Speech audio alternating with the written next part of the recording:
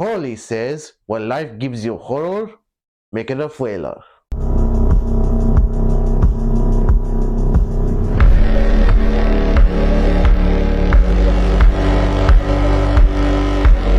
Remember the good old days of the horror genre in the PS1 and PS2 era, where the low quality graphics and some specific art styles were used to actually scare our pants? Sadly, we are way past this era and I miss it so much. Personally, I am so tired of AAA studios trying to go for a realistic approach and make the fidelity as realistic as possible. I can only speak for myself, but ever since I played Resident Evil 2 Remake in 2019, almost every AAA game from so on looked the same to me. None of them did or do anything unique with this graphic style, which isn't necessarily a bad thing.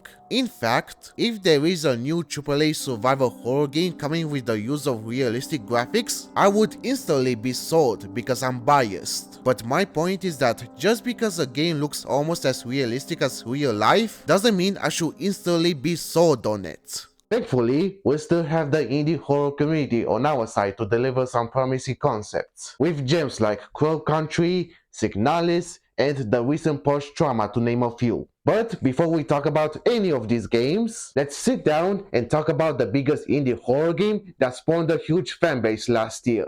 Mouthwashing, created by the Wrong Organ, released in 2024. Mouthwashing is a Swedish horror adventure game which tells the story of 5 crew members of a cargo spaceship stranded in space due to an unexpected crash intentionally caused by their captain, remaining trapped for a few months with limited supplies. This game is basically a walking simulator that focuses more on psychological elements, solving puzzles, character development, and a story told in a non-linear way, similar to a Christopher Nolan film. You could say that my last sentence gives you some red flags that prevent you from checking this game out. Believe me, I'm also not a fan of walking sim games. There is one that I despise so much, but there's also one that I enjoy it a lot. I do think this genre could work if they actually put a twist to it and make the story as engaging as possible. Fortunately, the game does just that. As always, let's talk about the origins of this gem first. Mouthwashing was first announced as part of a free DLC for Wrong Organ's first game, How Fish is Made, which is a very weird game. It's so weird that I can't even explain it myself.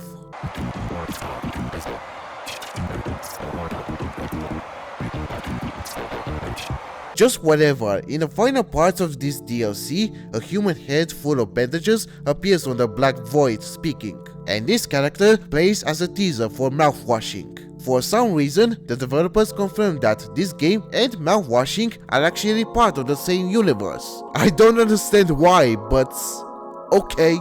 The team behind Mouthwashing includes producer Kai Moore, designer and programmer Jeffrey Tomek, art and narrative designer Johanna Kazurinen, audio designer Martin Holden, and technical designer Dave Van Egdam. The team was assembled thanks to the fact that they all went to the exact same school called Future Games. It was like a trade school for game design and art, but we're all designers. And they had Critical Reflex to be responsible for the publishing role on their latest title. These devs were heavily inspired by various movies like Alien, The Thing, Event Horizon, Sunshine, and Pandorum, and the game itself uses low-poly retro visual style very similar to numerous titles released on the original PlayStation. In fact, the art designer Johanna Kazurinen mentioned in an interview with Rolling Stone that her first exposure to this art style were the titles created by the indie developer Pape Combo, stating that, quote, "We don't need state-of-the-art graphics to make something impactful. Mouthwashing took 15 months to make, and surprisingly, it became a huge success among the critics and fans alike, earning an overwhelming praise on Steam and selling 500,000 copies in total." The best way I can describe this game is, what if in the first Alien film, the main antagonist wasn't the xenomorph itself? It will pretty much be a claustrophobic situation. Now before we begin, if you haven't played this game already, I suggest you stop the video right now and do it, because the next few minutes of this video will contain spoilers, and you cannot enjoy this game if you know what's gonna happen within the story. The game is only 3 hours long and it costs only $13 on Steam. Do it! Or I'll make you drink this. Alright, without further ado, let's get started with the retrospection. The game begins with someone piloting the cargo spaceship named Tulpar. An asteroid shows up on your way, and for some reason, your character, instead of actually avoiding the thing to prevent a potential crash, he steers directly towards it, even going as far as disabling the autopilot. The ship goes nuts, and you go through multiple dead ends in this hallway that keeps changing its layout, with posters of this horse mascot everywhere, and even a statue that appears behind you. We then laggy glitchy cut to 2 months after the crash, and we get to meet the entire cast of the game. As I mentioned before, this game tells this story in a non-linear way, so each chapter goes back and forth with its timeline. Some chapters go a few days before the crash, and the other ones go months after the crash. Because of this narrative choice, we aren't going to talk about the story in a row from start to finish. Instead, we're going to talk about different major points of this game. First, let's talk about the characters and their employer company. Here we have Anya. She is the only female individual among this crew, and she serves as the nurse of this shipment routine. She is very kind and determined with her passion for nursing, but sadly, she adopted a nervous demeanor and suffers from a lot of problems, like mental breakdowns, anxiety, and self-isolation. If you pay close attention, you can see she resembles Shelley Duvall's character Wendy from the film The Shining, and that was purposeful on the developer's part. She is clearly based on that character with only a few key differences. Next, we have Swansea, the grumpy middle-aged man who has such a big-ass belly due to his addiction to alcohol. But thankfully, he became sober for the last few years. He plays the role of a mechanic to ensure that the ship works properly with no issues, but he spends a lot of time complaining about different stuff throughout the game. Fun fact, this guy was originally going to have a pet dog with him on board, but unfortunately, this idea was cut. It's probably for the best. The third member of the crew is Daisuke. He was hired as an intern mechanic for this job, with Swansea supervising him throughout this whole journey. Daisuke is the youngest of the crew. He is very naive, but also a very optimistic person, and he doesn't really have a plan for a career path. The only reason he became an intern is because of his parents, with them hoping that this role will motivate him to work on a real job. Hey, that sounds like me! The next member is Jimmy. He is the main protagonist of the game, and he serves as the co-pilot of the ship. At first, you might have thought this guy would be someone you will relate to, but if you pay close attention to his dialogue, you will realize he's kind of a dick and cares more about forcing others to take some sort of responsibility. And finally, we have Curly, the captain of this spaceship and the one who started this mess to begin with. As you can see, because of the crash that he caused, his body got damaged good, thus getting bandaged, having his limbs amputated, and relying on others to give him painkillers to live. This guy is sort of the mascot of this game, considering that he appears in the thumbnails of almost all the mouthwashing related videos on YouTube. And it's the same guy that appears in the How Fish is Made game. Not only that, you actually get to play as him in the chapters that take place before the crash and learn more about his character throughout the journey. Question is, are you gonna hate this character or are you gonna empathize with his decisions? The answer is no! So this group was hired by this brand called Pony Express. This is a space freighter company that hires a group of individuals to do long distance shipments for certain supplies. And they use a cartoon horse to be the mascot of their brand. Fun fact, there used to be a real life Pony Express back in the 19th century. It was an American mail service that hired horse riders to do mail delivery between California and Missouri. Unfortunately, despite being granted by the state, this brand was not a success overall, and it went bankrupt just after 18 months of its lifetime. So what is the deal with this company and the captain choosing to suddenly crash the ship?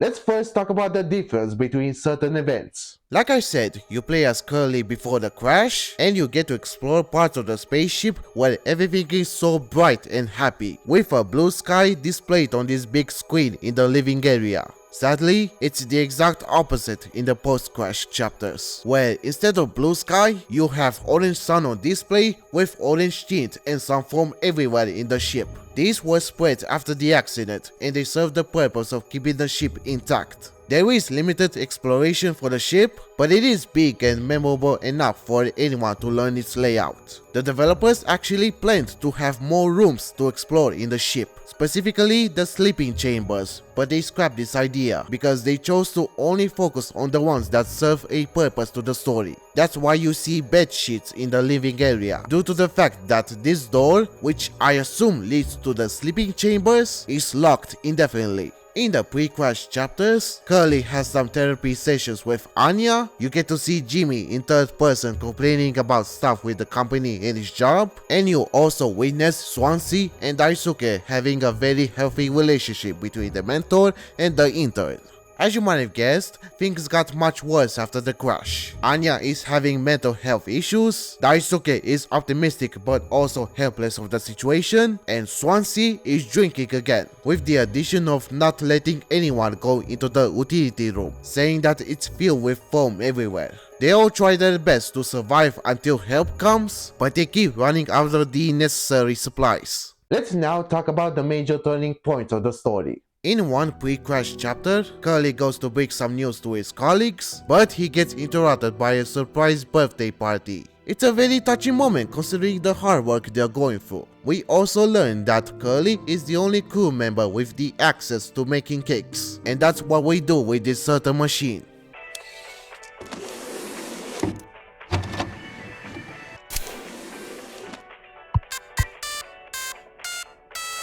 Man, I hope I get to live long enough to see this technology come to life. Before cutting the cake for everyone, the crew insists that Curly should make a speech first. Sadly, it's not in the sense that they meant, because Curly gives them the report that Pony Express, their employer company, went bankrupt, and this was gonna be their final mission together. Curly was supposed to retain this information until they reached their destination, but he couldn't resist and thought it would be unfair for the others to not hear about it now. Jimmy doesn't take this very well, and he accuses Curly of using this as an opportunity to find a new career path. Anya is sad because she doesn't have any savings, and it's revealed she failed 8 times to get accepted into medical universities. Swansea seems upset, but he kinda saw this coming, considering that Pony Express was one of the last manned crew fighter companies in the world. And Daisuke is gonna be just fine because this was just an internship, and he still had his parents to count on. 2 months after the crash, the crew was running out of food and they had no choice but to look into the cargo hold for extra supplies. Unfortunately and surprisingly, it's revealed that the things they were shipping this entire time were mouthwash bottles. As seen on the labels, these bottles contain cyan liquid manufactured by Dragon Breath, and they claim that this liquid will kill 99.9% of germs. Notice how it doesn't say 100%. Useless much? Without any other options, these are the very last things the crew has to rely on to survive. Therefore, the crew goes nuts. Anya can't take being around Jimmy and taking care of Curly anymore, Daisuke is feeling more useless in this situation, and Swansea dances like a drunk maniac in front of the screen.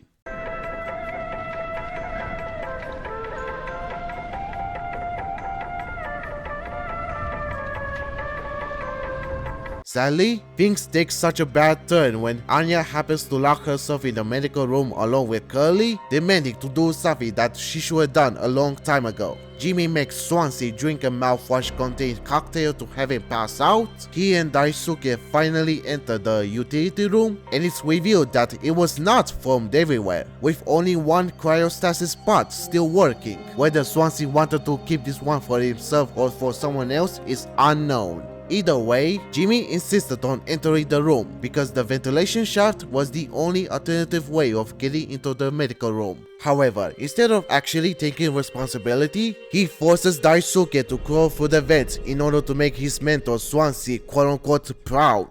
Yeah, just have the youngest of the group risk his life by going through the shaft, where there's live wire everywhere. I think we're about to see the true colors of this guy very soon. And what do you know, Daisuke did succeed in going into the medical room, but he got injured very badly, bleeding constantly. Even worse, when he did get in, it was already too late because Anya dosed herself to death. Jimmy goes through the cargo hold to look for a disinfectant, the place turns into hell, and this is one of the only times where you actually have to go through a challenge. There is this invisible beast that is blind and can only detect you by the sound of your footsteps. If you see these boxes shaking around you, remain still until it gets quiet. At your destination, you find Polly holding a mouthwash, and Jimmy uses it to quote-unquote cure Daisuke, as if that's gonna make him feel better. Despite being grumpy and kind of an asshole, Swansea does Daisuke a favor by putting him out of his misery.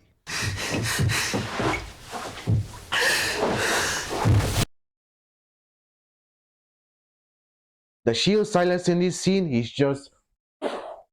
By the way, Daisuke's death was foreshadowed by the fact that Swansea destroys the sunscreen with the axe, with the addition of calling him a useless ray of sunshine.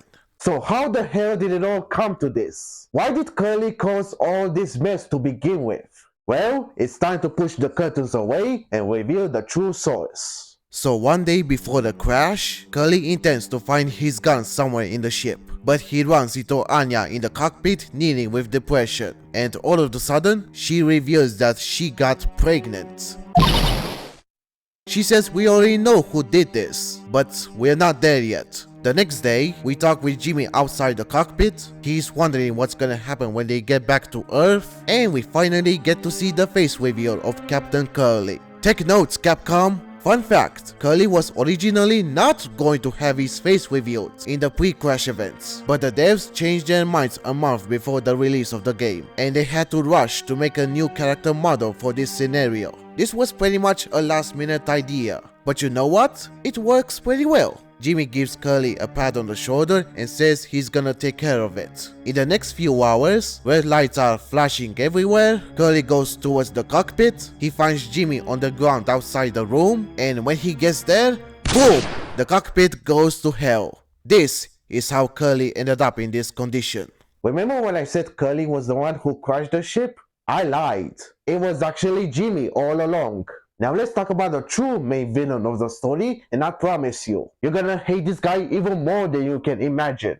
Jimmy is the biggest piece of shit in this entire operation. He might have had financial problems back on Earth before working for Pony Express, but that's not an excuse. He barely shows any guilt of his own actions. He is very jealous of Curly in the position of a captain. He steals the credit of being the captain of the ship after the crash, and he tends to act bitter, spiteful, and manipulative towards the others. All the strange things that happen within the ship are meant to represent Jimmy going through guilt, as if that's supposed to make me feel bad for him. As I mentioned before, he forced Daisuke, the youngest of them all, to go through the damaged vents, thus getting hurt and bleeding all over the place. He took zero responsibility for that, and this is why Daisuke was put down by Swansea, to end his suffering.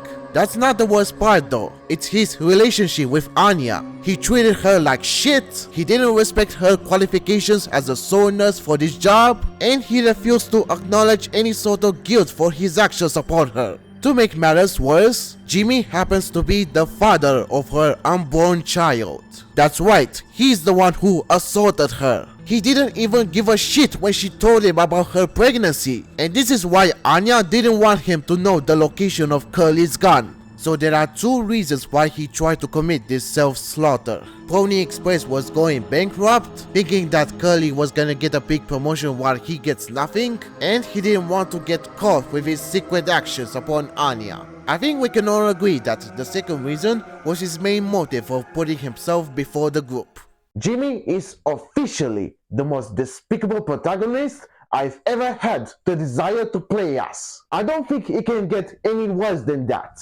Jimmy makes James Sunderland from Silent Hill 2 look like a saint in comparison. At least he felt guilty about his own actions. Was Jimmy ever truly sorry about what he did? It's not gonna get any better in the final chapters of the game, so let's get into it. Jimmy finds Curly's gun in the medical bay, and he's gonna use it to kill Swansea, who turns into Jack Torrance in this current situation. Now there's more weird shit happening in this hellhole. Curly gets brought to the table, with others being alive to celebrate his birthday again by cutting his leg off like a cake. You then go through these big size vents until you find and shoot Swansea, who is tied to a chair. Doing so sends Jimmy to this unidentified cemetery, where you have a boss fight with Swansea. Honestly, because I learned so much about Jimmy and his true colors, I decided to let him die 10 times, hoping for a good ending. Funny enough, you do actually get an achievement for that. Sadly, you are forced to shoot Swansea 3 times to move the story forward. We then cut to Swansea on a chair talking with Jimmy about his past and his regrets. He does admit his own failures and guilt for all the things he has done, while Jimmy keeps being a hypocrite, saying that he's gonna fix everything. Swansea calls him out on that, and Jimmy, being the heartless dickhead that he is, just kills him. The next bizarre thing we do is turn these valves attached to Curly's body, and you have to put his intestines in a specific order to make him eat his own leg. It could use a polish. After that, you change channels on this TV until you reach this one, where you control Jimmy in this outer space map with this Resident Evil fixed camera style. You do this until you meet a burning Curly sitting on a chair, and Jimmy actually dares to make excuses for his selfish actions. Bitch, please. He's not sorry for what he did. He's sorry because he got called out. He still didn't apologize for what he did to Anya, and the crash was not an accident in any sense. If I ever see any comments try to defend this piece of garbage, well, guess what? I would like to know your location. The last challenge that this game has to offer is scanning these small horses inside this giant blob VAG entity and having to avoid this centipede creature assembled with the poly statues. Next up, we get to have the only voice acting implemented in the game, where Jimmy talks with the poly statue.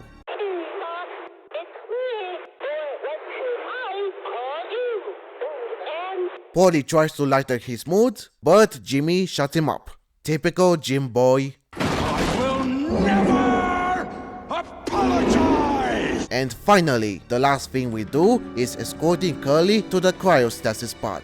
After placing him there, we switch to his perspective and we listen to Jimmy's bullshit monologue for the very last time. Now, I don't know too much about this cryostasis technology, but wouldn't this cold temperature cause more pain to Curly's wounds that will result in him dying while sleeping?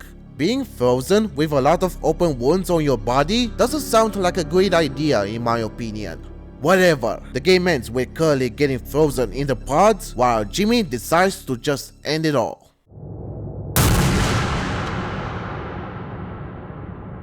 Even if Curly survived this, he's going to live a miserable life now, being disabled and having no more career paths from now on. So basically, Jimmy got away with this homicide. This was in no way, shape or form a redemption for his ego.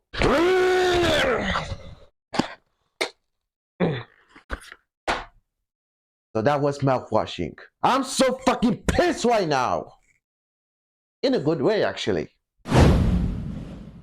This was such an incredible experience. I didn't really know what to expect from this one, and I just played it to show my support for indie horror developers. But man, Mouthwashing exceeded a lot of my expectations, and you can totally see how much they cared about making this game. It's unique, the characters are very memorable, it's full of emotions, the art style gave me a lot of nostalgia for the old school era, and it did a great job at making me feel so much anger towards the main protagonist. It's not really perfect though, due to almost non-existent replayability, and I'm kinda mixed about the glitchy transitions between chapters, because they give me PTSD from my experience with computers freezing and crashing on me. That stuff is just not for me. With all that being said, Mouthwashing deserved its success, and it quickly became one of my favorite indie games of all time. I can totally see this one becoming a classic in the future. Like I said before, the walking sim genre has more misses than hits in my opinion. But when it's done right, I am going to be positive about it. And I'm more than happy to see that I got my money's worth. Now that we are here, let's wrap this up and represent my final verdict. If you are a fan of walking sim horror titles giving you a very engaging tale, you should definitely go for this one. It will be even better if you play and finish this one in one sitting completely blind. Mouthwashing is worth buying at full price. Thank you guys so much for watching this review. Make sure you keep washing your teeth every day after this game, and hopefully I'll be back with a review series for a big franchise that I really want to cover. Hope you guys have a wonderful day, and I'll see you in the next video. Farewell.